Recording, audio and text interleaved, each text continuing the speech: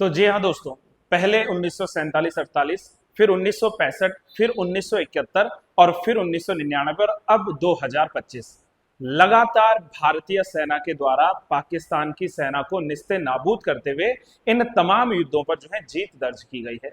और आज इस क्लास में मैं बात करने वाला हूं इसी विषय पर, जहां अब जो है भारत और पाकिस्तान के बीच में चल रहे इस युद्ध पर युद्ध विराम की घोषणा हो चुकी है, यानी कि सीज फायर को जो है अनाउंस किया जा चुका है।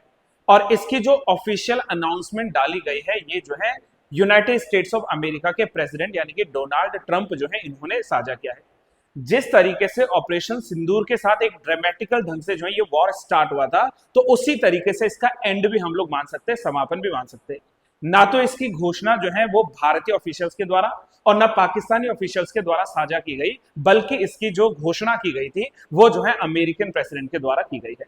तो ये अपने आप में जो है एक नया मोड़ लेकर आता है। और अब हम लोग इस पर बात करेंगे कि इंडिया और पाकिस्तान के बीच में जो युद्ध की स्थिति आई थी, वास्तव में ये पूरी जो है मामला क्या है, इसका पूरी जो है कहानी क्या है। तो मैं आप लोगों से बस ये कहना चाहूंगा, एक पंक्ति एक्चुअली मैं कहना चाहूंगा जिसमें बड़ा खूब कहा गया है कि शांति से बैठे थे हम तो, पड़ोसी ने जबरदस्ती ले लिया उड़ता तीर। शांति से बैठे थे हम तो, पड़ोसियों ने जबरदस्ती ले लिया उड़ता तीर। फौज ने ऐसी औकात दिखाई, ना दूध मिला ना खीर। और ये हमारे प्यारे अभिलाष थपलियाल जी की लाइन है। एसके सर के नाम से आप लोगों ने इनको प्रसिद्धि से जाना है। तो इन्हीं लाइंस के साथ मैं ये कहना चाहूंगा कि अब तो बाज आ जाओ पाकिस्तानी सेना, पाकिस्तानी आर्मी, या जो पाकिस्तान की तरफ से लगातार टेररिस्ट अटैक हुए जा रहे हैं, अब तो बाज आ जाइए। कितनी बार आपको जो है हार झेलनी पड़ेगी, कितनी बार आपको मुंह की खानी पड़ेगी। जैसे मैंने आपको बताया कि यहां पर जो सबसे पहले अनाउंसमेंट डाला गया है वो डोनाल्ड ट्रंप के द्वारा डाला गया है, जिसमें उन्होंने ये साझा किया है कि after a long night of talk mediated by the United States, I am pleased, यानी कि वो अपने आप को प्रसन्न बताते हैं, to announce that India and Pakistan have agreed to a full and immediate ceasefire. इसको जरा हाईलाइट करना, क्योंकि देखो बिल्कुल जो है कैपिटल लेटर में लिखा है कि इंडिया और पाकिस्तान ने जो है वो एग्री कर दिया है सीज फायर को लेकर, यानी कि युद्ध विराम को लेकर। Congratulation to the both countries of using common sense. इस टर्म को ना, कॉमन सेंस टर्म को लगातार जो है प्रधानमंत्री बनने से पहले, राष्ट्रपति बनने से पहले जो है डोनाल्ड ट्रंप इस्तेमाल करते चले आ रहे हैं। तो वो कहते हैं कि congratulation to both the countries on using the common sense and great intelligence, thank you for your attention to the matter, है ना, युद्ध विराम की घोषणा। साथ में जो है हमारे विदेश मंत्री डॉक्टर एस जयशंकर साहब ने भी जो है यहाँ पर ट्वीट करते हुए कहा है कि India and Pakistan have today worked out an understanding on stoppage of the firing and the military action। जो भी वहां पर मिलिट्री एक्शन चल रहा था उसको जो है रोक दिया गया है। जयशंकर प्रसाद जी ने भी जो है इसके यहाँ पर जो है बात को साझा किया है। अब सवाल यहाँ पर ये बनता है कि वास्तव में ये युद्ध का बैकग्राउंड क्या था, कहां से ये सारी चीजें जो है निकल कर आई थी। तो आप सब इस बात को भली भांति जानते हैं। एक दुखद घटना हमारे सामने आई थी, जहां पर पहलगांव में जो है क्या किया गया था, टेररिस्ट अटैक किया गया था। और इसमें कहीं ना कहीं देखो ये जो आतंकवाद पनपता है, ये पाकिस्तान की सरजमी से, धरती से पनपता है। अब इसका हमें जो है जवाब देना था, और हमने आतंकी जो बेस थे, जो भी कैंप थे, आतंकी कैंप, उनको जो है क्या किया था, उनको एयर स्ट्राइक किया था। लेकिन पाकिस्तान ने इसके बदले में भारतीय सिविलियंस पर और इंडियन जो मिलिट्री कैंप से उन पर क्या किया है, इन पर जो है वहां से गोले दागने जो है शुरू कर दिए थे। अब हमें मौका मिल गया था कि हम क्या करेंगे, हम बदले में जो है जैसा कहते हैं ना कि हम पहले स्टार्ट नहीं करते हैं, हम पीस पॉलिसी पर बिलीव करते हैं, लेकिन अगर कोई हमें छेड़ेगा तो हम उसको छोड़ेंगे भी नहीं।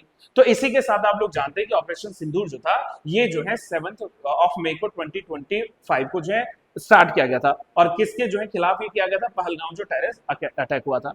दूसरी चीज यहां पर याद रखना कि इस पूरे जो है ऑपरेशन सिंदूर प्रोग्राम में जो दो सबसे बड़े नाम आते हैं इसमें, वो आता है विंग कमांडर व्योमिका सिंह जी का, और जो है कर्नल सोफिया कुरैशी जी जो है, इनके द्वारा इस पूरे ऑपरेशन को ब्रीफिंग से जो है बताया गया है। साथ में आप भूलना मत, यहीं पर रवि नायर जी भी जो है महत्वपूर्ण भूमिका निभाते हैं। तो ये 3 व्यक्तियों का नाम याद रखना, जो कि जो है इस पूरे ऑपरेशन को जो है क्या कर रहे थे, यहाँ पर ब्रीफिंग में जो है हमें बताते भी चले जा रहे थे। इसको जो है हेड भी क्या है इन्होंने। इसी ऑपरेशन सिंदूर के तहत इंडियन आर्म्ड फोर्स ने क्या किया है, इन्होंने टेरर जो भी ग्रुप से, जैसे अगर हम लोग बात करें तो जैसे जो है मोहम्मद था, यहाँ पर लश्कर जो है तैयबा था, या फिर जो है हिजबुल की हम लोग बात करते हैं, हिजबुल जो है मुजाहिदीन की बात करूं तो ये सब जो है पाकिस्तान के द्वारा पनप रहे क्या है आतंकी संगठन है, जिनको अब निस्ते नाबूद जो है किया जा चुका है।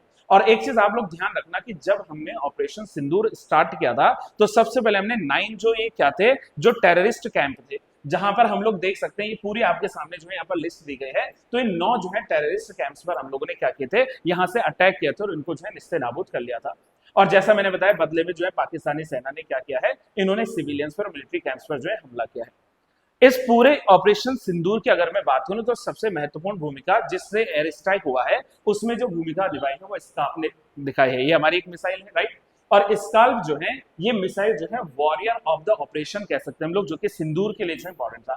ये स्काल्प जो है इसी को आप लोग स्टॉर्म शैडो के नाम से भी जो है जानते हैं। और साथ में ये ध्यान रखना फ्रेंड्स कि ये लगभग 480 जो है एमएम की हाइट के साथ में लगभग 630 एमएम की विड्थ के साथ जो है यहाँ पर काम करती है।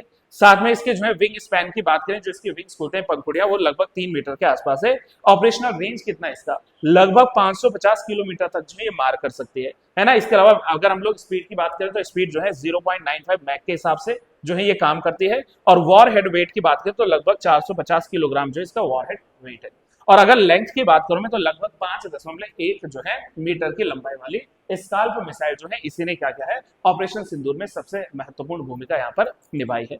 इसके अलावा देखो इंडिया में एक और चीज ध्यान रखना कि ये तो हमने जो है स्ट्राइक किया था, लेकिन जो वहां से पाकिस्तानी सेना ने जो हमारे ऊपर क्या किए थे, गोले दागे थे, अब उसको डिफेंड करने के लिए हमारे जो है सबसे कामयाब अगर मिसाइल सिस्टम की मैं बात करूं तो उसमें आती है कौन, S-400 जो surface to air missile system है, जिसको हमने परचेज किया है कहां से, रशिया से।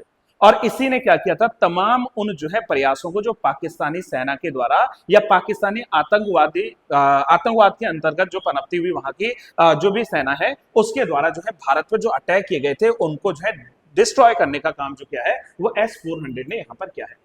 S-400 का देखो सबसे पहले अगर आप लोगों से एग्जाम पॉइंट ऑफ व्यू से भी मैं थोड़ा बात कर लूं, हालांकि आज की इस वीडियो का पर्पस हमारा एग्जाम को टारगेट करना नहीं, एक बेसिक जानकारी को लेना है, लेकिन हमसे पूछ लिया जाए तो इसकी जो है मैक्सिमम रेंज कितनी है, लगभग 4000 किलोमीटर तक की जो है इसकी रेंज है। ये आप लोग जो है यहाँ पर ध्यान रख सकते हैं, ये इस तरीके से सवाल बन सकता है ना, तो ये इस तरीके से जो है काम करती है। वहां पर मैक्सिमम जैसे मैंने बताया डिटेक्शन रेंज जो है इसकी 600 किलोमीटर तक चल सकती है, मैक्सिमम एल्टीट्यूड जो है 30 किलोमीटर तक है, मैक्सिमम टारगेट स्पीड इसका 4.8 किलोमीटर पर सेकंड के हिसाब से जो है काम करता है यहाँ पर। साथ में बात करें हम लोग कि टारगेट इंगेज जो है साइमल्टेनियसली कितना हो सकता है, तो लगभग 36 तक जो है ना हम क्या कर सकते हैं, टारगेट जो है यहाँ पर पूरा कर सकते हैं। इजी है, मोबाइल कमांड पोस्ट के आधार पर जो है एक जगह से दूसरी जगह ये जो है क्या हो सकती है, एक जगह से दूसरी जगह तक इसको जो है मूव किया जा सकता है। ठीक है, तो ये जो है सबसे इंपॉर्टेंट इसने योगदान यहाँ पर दिया है S-400 surface to air missile. कई बार सवाल ऐसे भी बन जाते हैं हमसे कि ये एयर टू एयर मिसाइल है, सरफेस टू सरफेस है, सरफेस टू एयर मिसाइल है, तो S-400 क्या है, सरफेस टू एयर मिसाइल है।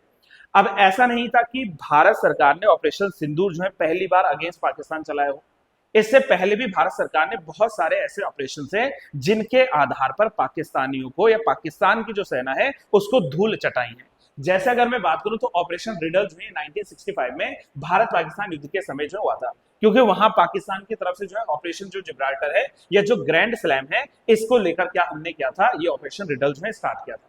साथ में जो है ऑपरेशन जो है एबलास की बात करूं तो ये भी 1965 में चला गया था, ये भी जो इंडिया पाकिस्तान वॉर के समय था। वहीं पर जो है ऑपरेशन जो है कैक्टस लिली की मैं बात करूं तो ये 1971 के वॉर के समय चलाया गया था, राइट, जिस समय बांग्लादेश का लिबरेशन वॉर के रूप में इसको हम लोग जानते हैं। ऑपरेशन जो है ट्राइडेंट एंड जो है पाइथन चलाया गया था 1971 में, वही इंडिया और पाकिस्तान युद्ध के दौर में। और ऑपरेशन मेघदूत की बात करूं तो 1984 में जो है ऑपरेशन मेघदूत भी इस समय जो है चलाया गया था, राइट। इसके अलावा सबसे इंपॉर्टेंट जो आता है हमारे पास में है ऑपरेशन विजय, जो कि 1999 के कारगिल वॉर से जुड़ा हुआ है ना। इस समय हमने ऑपरेशन विजय चलाया था अगेंस्ट द पाकिस्तानी जो आर्मी था वहां पर, राइट। और साथ में जो है ऑपरेशन सफेद सागर जो है इसको 1999 में इसी कारगिल कॉन्फ्लिक्ट के समय भी जो है लॉन्च किया गया था। तो इस प्रकार से हम लोग क्या करेंगे, जो वर्तमान स्थिति है, वर्तमान परिदृश्य है, जिसमें भारत ने पुनः एक और बार पाकिस्तान को जो है धूल चटाई है, और हमारे जो है जितने भी भारत के लोग हैं, जो भी हमारी इंडियन पॉपुलेशन है, आज हर एक के घर में जो है खुशी का माहौल है, क्योंकि एक बार फिर से पाकिस्तान ने क्या कर दिया है, अपनी हार को स्वीकार किया है। अब जितनी बार जो है आप प्रयास करेंगे, उतनी बार हमारी, चाहे वो आर्मी है, चाहे वो हमारी नेवी है, चाहे वो हमारा एयरफोर्स है, हमारा डिफेंस सिस्टम इतना स्ट्रांग है। और साथ में एक और चीज मैं आपको जरूर याद दिलाना चाहूंगा, वो है हमारे जो फ्रेंड कंट्रीज हैं, जो हमारे मित्र राष्ट्र हैं, उन्होंने क्या किया है, भारत को सपोर्ट यहाँ पर जरूर किया है। और ऑन द अदर साइड आपको पाकिस्तान की दशा जो है पता है। तो बस इतने ही शब्दों के साथ मैं आज यहां पर जो है विराम दे रहा हूं इस वीडियो को। आप लोग जो है ज्यादा से ज्यादा इन तमाम जो खबरें हैं इन पर जो है क्या करिए, जानकारी जुटाइए, क्योंकि देखो ये आपका, अभी मैं ये कह पा रहा हूं कि अभी क्या हुआ है, अभी एक एग्रीमेंट हो चुका है। इंडिया ने साफ कर लिया कि अगर पुनः ऐसा कोई टेरर अटैक होता है तो इसको हम एक्ट ऑफ वॉर मानेंगे। मतलब ये पाकिस्तान की तरफ से हम लोग एक्ट ऑफ वॉर मानेंगे और उसका भरपूर जो है मुंह तोड़ जवाब देंगे। तो इन तमाम चीजों पर आप लोग जो है बने रहेंगे वहां पर, राइट। तो चलिए फ्रेंड्स, आज के लिए मैं इतना ही बात कर लेता हूं। तब तक के लिए आप लोग खुश रहिए, सुरक्षित रहिए। Till then, have a good day to all. Thank you so much. Keep trying and keep learning.